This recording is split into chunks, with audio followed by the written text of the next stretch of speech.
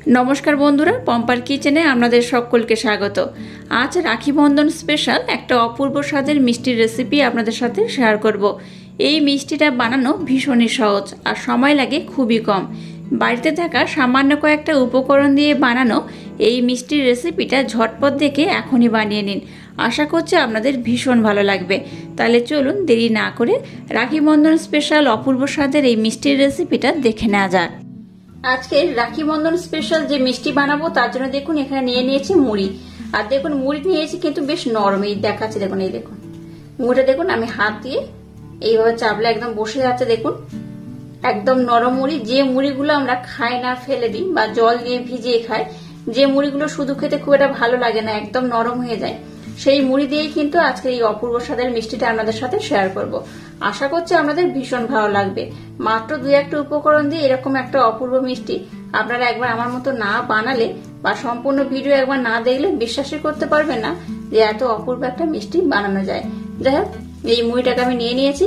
আপনারা চাইলে কিন্তু এখানে নরম মুড়ির জায়গায় ফ্রেশ মুড়িও ব্যবহার করতে পারেন। এবার দেখুন গ্যাসটাকে জ্বেলে দিয়ে একটা কড়া বসিয়ে দিয়েছি আর কড়াটাকে কিন্তু আমি একটু গরম করে নিয়েছি। এবার এই নরম মুড়িগুলোকে আমি কড়ার মধ্যে দিয়ে দেব। এবার মুড়িটাকে একটু হালকা নাড়াচাড়া করে ভেজে নেব। আচ্ছা, যদি আপনারা একদম ফ্রেশ মুড়ি ব্যবহার করেন, মানে একদম ভালো মুড়ি, তাহলে কিন্তু আর কড়াই দিয়ে নাড়াচাড়া করার দরকার নেই। যেহেতু আমি নরম মুড়ি ব্যবহার করছি তাই কড়ার মধ্যে দিয়ে একটু নাড়াচাড়া করে ভেজে নেব, তবে কিন্তু মুড়িগুলো একটু মুচমুচে হবে। আর মুড়িগুলো যখন ভাজবেন গ্যাসের ফ্লেমটাকে একদম লো দেবেন। গ্যাসের ফ্লেমটাকে একদম লো দিয়ে মুড়িটাকে একটু নাড়াচাড়া করে ভেজে নেবেন। গ্যাসের ফ্লেমটাকে একদম লো করে 2 থেকে 3 মিনিট সময় দিয়ে এটাকে আমি কিন্তু একটু নাড়াচাড়া করে ভেজে নিয়েছি। এবার আমি গ্যাসটাকে বন্ধ করে দিলাম। এবার দেখুন একটা মিক্সির জার আমি নিয়ে নিয়েছি। এবার দেখুন ভেজে নেওয়া মুড়িটা এই মিক্সির জারের মধ্যে আমি দিয়ে দেব। এবার দেখুন এই মুড়িটাকে আমি খুব ভালোভাবে কিন্তু ব্লেন্ড করে নেব। এবার দেখুন একটা আমি ছাঁকনি নিয়ে নিয়েছি আর যে মুড়িটাকে ব্লেন্ড করলাম সেই মুড়িটা নিয়েছি, মুড়িটাই আমি ছাঁকনির মধ্যে দিয়ে দিলাম। এবার এই মুড়িটাকে একটু চেলে নেব। এইভাবে চেলে নিলে কি হবে, একদম কিন্তু মিহি যে মুড়ির অংশটা সেটা আমি নিয়ে নেব আর উপরে যে দানা দানা অংশ সেটাকে আমি বাদ দেব। এই দেখুন এই যে দানা দানা অংশ রয়েছে এটা কিন্তু আমি নেব না, এটাকে বাদ দিয়ে দেব। আবারও গ্যাসটাকে জ্বেলে দিয়ে কড়াটাকে বসিয়ে দিয়েছি। এর মধ্যে দিয়ে দেবো এই বাটির মাপ করে 2 বাটি জল। এই 2 বাটি জল আমি দিয়ে দিলাম। জলটাকে একটু হালকা গরম করে নিয়েছি। এবার এর মধ্যে এই চামচে ভরপুর করে 3 চামচ আমি মিল্ক পাউডার মানে গুঁড়ো দুধ দিয়ে দেব। দুধের মধ্যে সামান্য একটু এলাচ পাউডার আমি দিয়ে দিলাম। এবার দুধটাকে একটু ভালোভাবে মেল্ট করে নেব আর একটু ঘন করে আমি ফুটিয়ে জাল দিয়ে নেব। দুধটাকে দেখুন আমি কিন্তু একটু ঘন করে জাল দিয়ে নিয়েছি। এবার যে মুড়িটাকে আমি ব্লেন্ড করলাম সেই মুড়িটা নিয়ে নিয়েছি। এই বাটির মাপ করে 1 বাটি একটু কম হয়েছে। সম্পূর্ণ মুড়িটাকে আমি দুধের মধ্যে দিয়ে দিয়েছি। আর যতটা মুড়ি নিয়েছি ঠিক ততটা আমি এখানে ময়দা নিয়েছি, ময়দাটাকেও দিয়ে দিলাম। এবার সমস্ত উপকরণ দুধের সাথে একটু ভালোভাবে এইভাবে মিক্স করে নিতে হবে। ডোটাকে একটু কিন্তু নরম করে মেখে নিতে হবে। আর এই কড়ার মধ্যে আমি যখন মিক্স করছি আপনাদের মনে হতে পারে ডোটা কিন্তু টাইট হয়েছে, অ্যাকচুয়ালি সেরকম ব্যাপার নয়। যেহেতু কড়ার মধ্যে খুব ভালোভাবে হাত দিয়ে মাখানো যাবে না, যেহেতু গরম, তাই কিন্তু আপনারা বুঝতে পারছেন না এই ডোটা কিন্তু বেশ নরম হবে। তো এটাকে আমি প্রথমে একটু হালকা ঠান্ডা করে নেব, খুব ঠান্ডা নয়, একটু হালকা ঠান্ডা করে নেব। তারপর আমি আপনাদের দেখাচ্ছি এই মিশ্রণটা কেমন হলে আজকের মিষ্টিটা একদম পারফেক্ট হবে। তো যাই হোক, এবার আমি গ্যাসটাকে বন্ধ করে দিলাম। গ্যাসটাকে বন্ধ করে মিশ্রণটাকে একটু হালকা আমি ঠান্ডা করে নেব। মিশ্রণটাকে একটু ঠান্ডা হতে বসিয়ে দিয়েছি। আর এবার দেখুন এই পাত্রে আমি এই বাটির মাপ করে 1 বাটির একটু কম চিনি নিয়েছি। এই বাটির মাপ করে এখানে 1.5 বাটি আমি জল দিয়ে দেব। দিয়ে দেবো সামান্য একটু এলাচ পাউডার। এবার এখানে আমি একটা শিরা বানিয়ে নেব। একটা দুতার হলে যেমন হয় ওরকমটা দরকার নেই, একটু চিটচিটে ভাব করে শিরাটা বানিয়ে নিলেই হবে। এদিকে দেখুন মিষ্টনটাকে আমি একটু হালকা ঠান্ডা করে নিয়েছি, কিন্তু একটু গরম রয়েছে। খুব ঠান্ডা হলে যেমন হবে না, খুব গরম হলে কিন্তু হাত দিয়ে মাখানোও যাবে না, তাই একটু গরম থাকা অবস্থাটাকে কিন্তু মাখাতে হবে। এখানে দেখুন এই চামচের 1/2 চামচ ঘি আমি দিয়ে দিলাম। ঘিটাকে দিয়ে আমি খুব সুন্দর করে এটাকে মাখিয়ে নেব। মিষ্টনটাকে দেখুন খুব সুন্দর করে মোলায়েম করে মেখে নিয়েছি, দেখে বুঝতেই পারছেন বেশ কিন্তু মোলায়েম করে মেখেছি। মিষ্টনটাকে আমার মাখা হয়ে গেছে। এবার এখান থেকে আমি কিন্তু লেচি কেটে নেব। খুব বড় লেচি কাটবো না, একটু মিডিয়াম সাইজের লেচিটা কাটবো। মোটামুটি সবগুলো আমি একই রকম মাপ করে এইভাবে লেচিগুলো কেটে নেব। সবগুলো দেখুন আমি কিন্তু মোটামুটি সমান মাপ করে কেটে নিয়েছি। এবার একটা আমি ডো নিয়ে নিলাম। এই ডোটাকে হাতের মাধ্যমে এইভাবে একটু চেপে চেপে গোল করে এবার এইভাবে আমি লম্বা শেপ দিয়ে দেবো। এই দেখুন, আপনারা চাইলে হাতের মধ্যে একটু ঘিও নিয়ে নিতে পারেন। একটু আমি ঘি নিয়ে নেব, একটু ঘি নিয়ে নিলাম। ঘিটা দিয়ে যদি করেন তাহলে কিন্তু খুব ভালো হয় আর খুব সহজ এটা বানানো হয়ে যায়। এই দেখুন, এইবার এটাকে লম্বা করে নিলাম। এবার এটাকে এইভাবে কিন্তু আস্তে আস্তে চাপ দিয়ে আমি পাতলা করে নেব। এবার পাতলা করে নিলাম। এবার এই দুদিকের মুখটাকে আমি একটু সরু করে দেবো। এই দেখুন, খুব সুন্দর একটা মিষ্টি কিন্তু দেখতে হয়ে যাবে। এই দেখুন, আপনারা আপনাদের মনের মতো করে কিন্তু মিষ্টি শেপটা দিতে পারেন। আমি একটু এইভাবে মিষ্টিটাকে বানিয়ে নেব।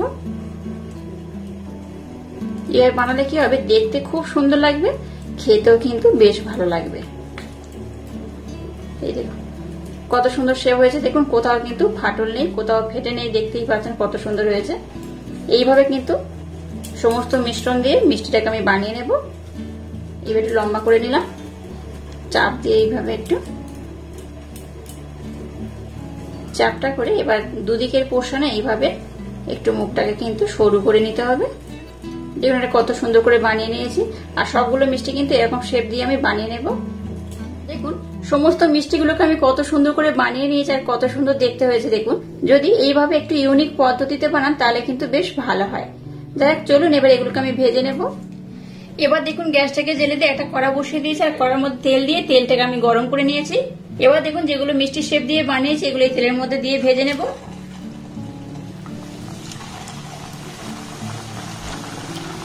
একেবারে অনেকগুলো মিষ্টি দিয়ে দেবে না, তাহলে কিন্তু মিষ্টিগুলো ফেটে যাওয়ার সম্ভাবনা থাকবে। তাই কম কম দিয়ে একটু বানিয়ে নেবেন, তাতে করে কি হবে মিষ্টিগুলো আর ফাটবে না, খুব সুন্দর হবে। আমি একদম অল্প অল্প দিয়েই কিন্তু ভেজে নেব।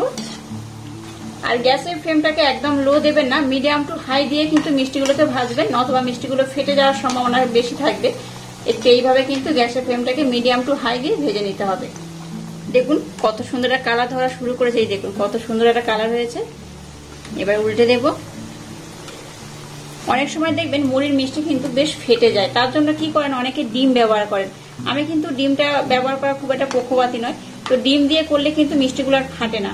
আর আমি যে টিপসগুলো বলছি অবশ্যই লক্ষ্য রাখবেন বা খেয়াল রাখবেন, তাহলে দেখবেন মিষ্টিগুলো কিন্তু আর ফাটবে না। এখানে যখন ভাজবেন ভাজাটাই কিন্তু মেন। ভাজার সময় দেখবেন কন্টিনিউ নাড়াচাড়া করবেন না, একটু মাঝে মাঝে উল্টে দেবেন। আর খুব কম পরিমাণে মিষ্টি দিয়ে কিন্তু ভাজবেন, খুব বেশি দেবেন না, তাহলে কি হবে এগুলো কিন্তু ফেটে যাওয়ার সম্ভাবনা থাকে। আর গ্যাসের ফ্লেমটাকে অবশ্যই মিডিয়াম টু হাই দেবেন, লো দেবেন না, দিলে কিন্তু মুড়ির মিষ্টি ফেটে যাওয়ার সম্ভাবনা খুব চান্স থাকে। তো যাই হোক, এটাকে দেখুন আমি বেশ লাল লাল করে ভেজে নিয়েছি, আর কিন্তু বেশি লাল করব না, এইরকমই থাকবে। আমি দেখাচ্ছি দেখুন মিষ্টিগুলো কত সুন্দর হয়েছে। এই দেখুন মিষ্টিগুলো এইরকমই হবে আর কালারটা কিন্তু খুব সুন্দরভাবে হয়ে গেছে। আমি এটাকে কিন্তু আর খুব বেশি লাল করব না। এবার আমি মিষ্টিগুলোকে উঠিয়ে নেব। একইভাবে আবার আমি কম কম দিয়ে ভেজে নেব। এবার দেখুন এই মিষ্টিগুলোকে নিয়ে নিয়েছি, মিষ্টিগুলো গরম রয়েছে আর শিরাটাও কিন্তু একটু হালকা গরম রয়েছে। এই শিরার মধ্যে মিষ্টিগুলোকে আমি দিয়ে দেব। একদম গরম গরম কিন্তু এই শিরার মধ্যে দিয়ে দেবেন। গরম গরম শিরার মধ্যে দিলে কি হবে, এটাকে কিন্তু আর জাল দিতে হবে না, এইভাবে রেখে দেবেন। দেখবেন এগুলো কিন্তু খুব সহজে নরম হয়ে যাবে আর খুব সুন্দর খেতে লাগবে। আর দেখলেন তো কত কম সময়ে আর কত তাড়াতাড়ি মিষ্টিগুলোকে বানিয়ে ফেললাম। এই মিষ্টিগুলো বানাতে খুব একটা সময়ও লাগে না। রাখি বন্ধন দিনে বাড়িতেই কিন্তু এইভাবে খুব সহজে খুব কম সময়ে মিষ্টিটা বানিয়ে নিতে পারেন, খুব একটা সময় লাগে না, দেখে বুঝতেই পেরেছেন। যাই হোক, এই গরম গরম শিরার মধ্যে দিয়ে এবার এটাকে আমি রেখে দেবো। আরো কয়েকটা মিষ্টি কিন্তু এর মধ্যে দেওয়া বাকি রয়েছে, সেই মিষ্টিগুলো দিয়ে এটাকে আমি ঢাকা দিয়ে কিছুক্ষণের জন্য রেখে দেবো। আর এটা খুব ভালোভাবে ভিজে গেলে তারপর আমি নেক্সট স্টেপ আপনাদের সাথে শেয়ার করব। দেখুন মুড়ির মিষ্টিগুলো একদম রেডি হয়ে গেছে, কত সুন্দর হয়েছে। দেখুন একদম কিন্তু নরম রসালো তুলতুল হয়েছে, দেখে বুঝতেই পারছেন কতটা রসালো কতটা নরম হয়েছে। অবশ্য বাড়িতে আমার মতো একবার হলেও এই রাখি বন্ধনের সময় এই মিষ্টিটা ট্রাই করবেন, আশা করছি আপনাদের ভীষণ ভালো লাগবে। একটা মিষ্টি দেখুন আমি ভেঙে দেখাচ্ছি, ভিতরটা দেখুন কতটা সুন্দর হয়েছে, একদম নরম তুলতুলে রসালো। এই দেখুন ভিতরটা কিন্তু একদম রসে ভরপুর, দেখতেই পাচ্ছেন কতটা সুন্দর হয়েছে। অবশ্য বাড়িতে আমার মতো একবার হলো ট্রাই করবেন, আশা করছি আপনাদের ভীষণ ভালো লাগবে। আর এই মিষ্টিটা কিন্তু মুখে দিলেই মিলিয়ে যাবে। আজকের এই ইউনিক স্টাইলে মুড়ির মিষ্টি রেসিপিটা যদি আপনাদের ভালো লাগে তাহলে চ্যানেলটাকে লাইক, শেয়ার, কমেন্ট এবং সাবস্ক্রাইব করবেন আর পাশে থাকা বেল আইকনটা প্রেস করে দেবেন। তাহলে টাটা, আবার দেখা হচ্ছে নতুন কোনো রেসিপি নিয়ে।